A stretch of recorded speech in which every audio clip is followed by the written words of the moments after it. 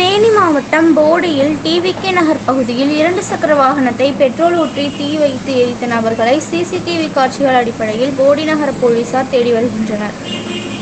தேனி மாவட்டம் போடி டிவிகே நகர் பகுதியில் வசிப்பவர் மதன்குமார்.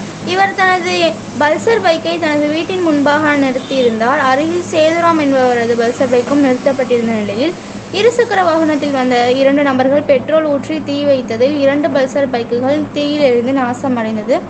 இதையடுத்து மதன்குமார் கொடுத்த புகாரின் பேரில் வழக்கு பதிவு செய்த போடி நகர போலீசார் சிசிடிவி காட்சிகளின் அடிப்படையில் பைக்கில் வந்து தீ வைத்துவிட்டு தப்பி சென்ற 2 மர்ம நபர்களை தீவிரமாக தேடி வருகின்றனர்.